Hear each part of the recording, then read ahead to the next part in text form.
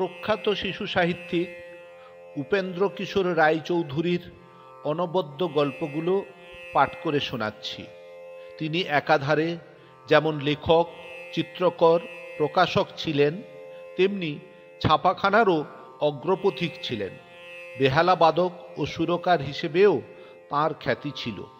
আজকের গল্পটি তুলি কলম থেকে প্রকাশিত উপেন্দ্র কিশোর রচনাবলী থেকে নেওয়া। পাঠ করছি আমি ননীগোপাল মণ্ডল। কেমন আছো ছোট্ট বন্ধুরা? আজ তোমাদের জন্য একটা সুন্দর গল্প নিয়ে এসেছি। মজনতালি সরকার। এক গ্রামে দুটো বেড়াল ছিল। তার একটা থাকতো গোয়ালাদের বাড়িতে, সে খেত দই, দুধ, ছানা, মাখন আর সর।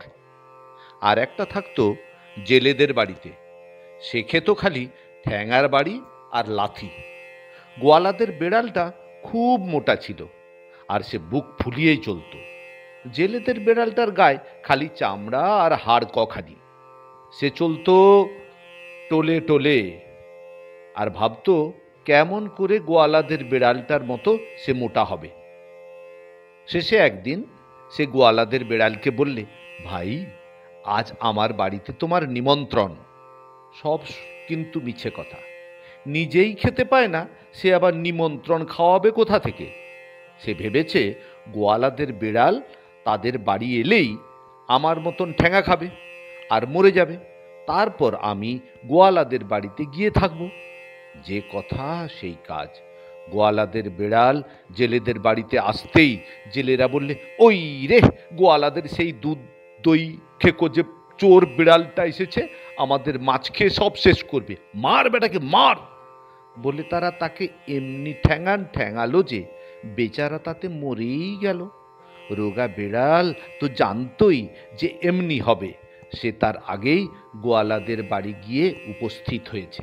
সেখানে খুব করে ক্ষীর সর খেয়ে দেখতে দেখতে সে খুব মোটা হয়ে গেল। তখন আর সে অন্য বেড়ালদের সঙ্গে কথাই বয় না, আর নাম জিজ্ঞেস করলে বলে মজনতালি সরকার। একদিন মজনতালি সরকার কাগজ কলম নিয়ে বেড়াতে বেরোলো। বেড়াতে বেড়াতে সে বনের ভেতরে গিয়ে দেখলো যে তিনটি বাঘের ছানা খেলা করছে। সে তাদের তিন তাড়া লাগিয়ে বলল, এই ইয়ো, খাজনা দে। বাঘের ছানাগুলো তার কাগজ কলম দেখে আর ধমক দেখে বড্ড ভয় পেল। তাড়াতাড়ি তাদের মায়ের কাছে গিয়ে বললে, ও মা, শিগগির এসো, দেখো এটা কি এসেছে আর কি বলছে। বাঘিনী তাদের কথা শুনে এসে বললে, তুমি কে বাছা? কোত্থেকে এলে? কি চাও? মজনতালি বললে, আমি রাজার বাড়ির সরকার, আমার নাম মজনতালি। তোরা যে আমাদের রাজার জায়গায় থাকিস, তার খাজনা কই? খাজনা দে। বাঘিনী বললে, খাজনা কাকে বলে তা তো আমি জানি নে। আমরা খালি বনে থাকি, আর কেউ এলে তাকে ধরে ধরে খাই। তুমি না হয় একটু বসো, বাঘ আসুক। তখন মজনতালি একটা উঁচু গাছের তলায় বসে চারদিকে উঁকি মেরে দেখতে লাগলো। খানিক বাদেই সে দেখল ওই বাঘ আসছে। তখন সে তাড়াতাড়ি কাগজ কলম রেখে একেবারে গাছের আগায় গিয়ে উঠল। বাঘ আসতেই তো বাঘিনী তাকে সব কথা খুলে বলেছে। আর বাঘের যে তখন কি রাগ হয়েছে, কি বলবো সে কথা। সে ভয়ানক গর্জন করে বললে, কোথায় সে হতভাগা? এখনই তার ঘাড় ভাঙছি। মজনতালি গাছের আগা থেকে বললে, কি রে বাঘা, খাজনা দিবি না? আয় আয়। শুনেই তো বাঘ আর উড়ে গেল।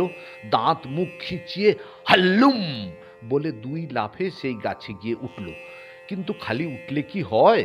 মজনতালিকে ধরতে পারলে তো সে একটুখানি হালকা জন্তু, সেই যে কোনো একটা সরু ডালে উঠে বসতে পারে। অত বড় ভারী বাঘ সেখানে যেতেই পারে না। না পেরে রেগে মেরে বেটা দিয়েছে এক লাফ, অমনি পা হড়কে গিয়েছে বাঘ পড়তে গিয়ে দুই ডালের মাঝখানে তার মাথা গেল আটকে, তার ঘাড় ভেঙে প্রাণ বেরিয়ে গেল। তা দেখে মজনতালি ছুটে এসে তার নাকে 3-4টি আঁচড় দিয়ে বাঘিনীকে ডেকে বললে, ওই দেখ কি করেছি, আমার সঙ্গে বেয়াদপি। এই সব দেখে শুনে তো ভয়ে বাঘিনী বেচারির প্রাণ উড়ে গেল। সে হাত জোড়ো করে বললে, দোহাই মজনতালি মশাই, আমাদের প্রাণে মারবেন না, আমরা আপনার চাকর হয়েই থাকব।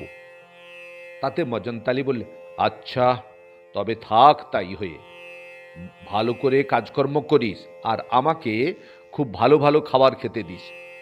সেই থেকে মজনতালি বাঘিনীদের বাড়িতেই থাকে, খুব করে খায় আর বাঘিনীদের ছানাগুলির ঘাড়ে চড়ে বেড়ায়।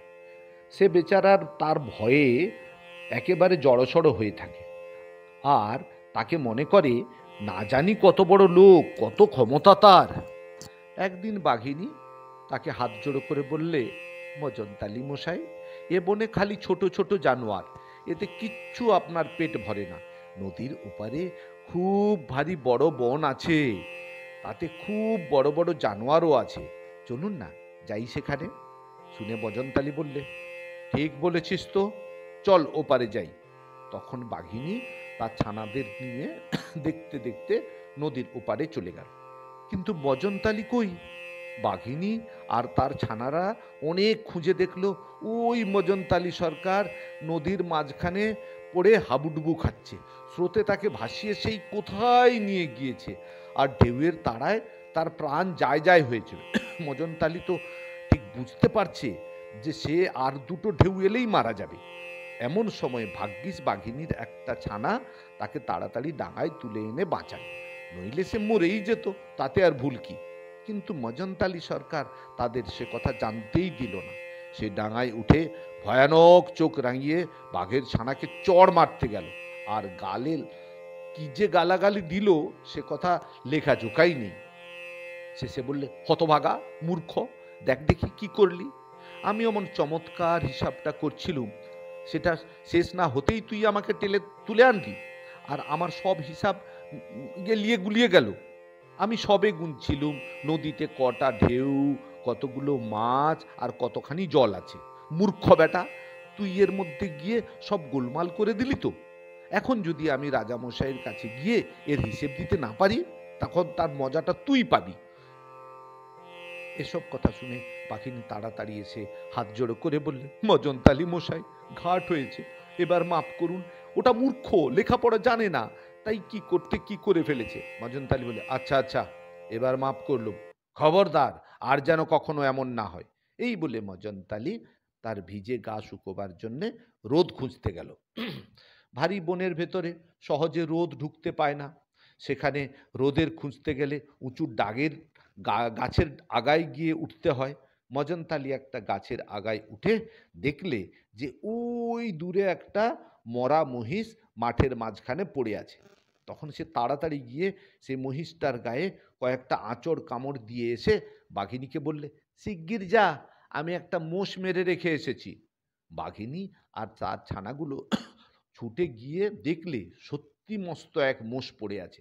তারা চারজনে মিলে অনেক কষ্টে সেটাকে টেনে আনলে, আর ভাবলে, ইস, মজনতালি মশাইয়ের গায়ে কি ভয়ানক জোর। আরেকদিন তারা মজনতালিকে বললে, মজনতালি মশাই, এ বনে বড় বড় হাতি আর গন্ডার আছে, চলুন একদিন সেগুলো মারতে যাই। এ কথা শুনে মজনতালি বললে, তাই তো, হাতি গন্ডার মারবো না, তুই মারবো কি, চল আজই যাই। বলে সে তক্ষুনি সকলকে নিয়ে হাতি আর গন্ডার মারতে চলল। যেতে যেতে বাঘিনী তাকে জিজ্ঞেস করলে, মজনতালি মশাই, আপনি খাপে থাকবেন না ঝাঁপে থাকবেন? খাপে থাকবার মানে কি? না, জন্তু এলে তাকে ধরে মারবার জন্য চুপ করে গুঁড়ি মেরে বসে থাকা। আর ঝাঁপে থাকার মানে হচ্ছে বনের ভিতরে গিয়ে ঝাঁপাঝাঁপি করে জন্তু জানোয়ার তাড়িয়ে আনা। মজনতালি ভাবলে, আমার তাড়াই আর কোন জন্তু ভয় পাবে। তাই সে বললে, আমি ঝাঁপিয়ে যেসব জন্তু পাঠাবো তা কি তোরা মারতে পারবি? তোরা ঝাঁপে যা, আমি খাপে থাকি। বাঘিনী বললে, তাই তো, সেসব ভয়ানক জন্তু কি মারা আমাদের পক্ষে সম্ভব? চল বাছারা, আমরা ঝাঁপে যাই। এই বলে বাঘিনী তার ছানাগুলোকে নিয়ে বনের অন্য ধারে গিয়ে ভয়ানক হাল্লুম হাল্লুম করে জন্তু জানোয়ারদের তাড়াতে লাগলো।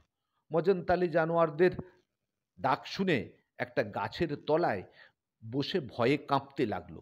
খানিক বাদে একটা সজারু, বড় বড় করে যার কাঁটা, সেদিকে পানে ছুটে আসছে।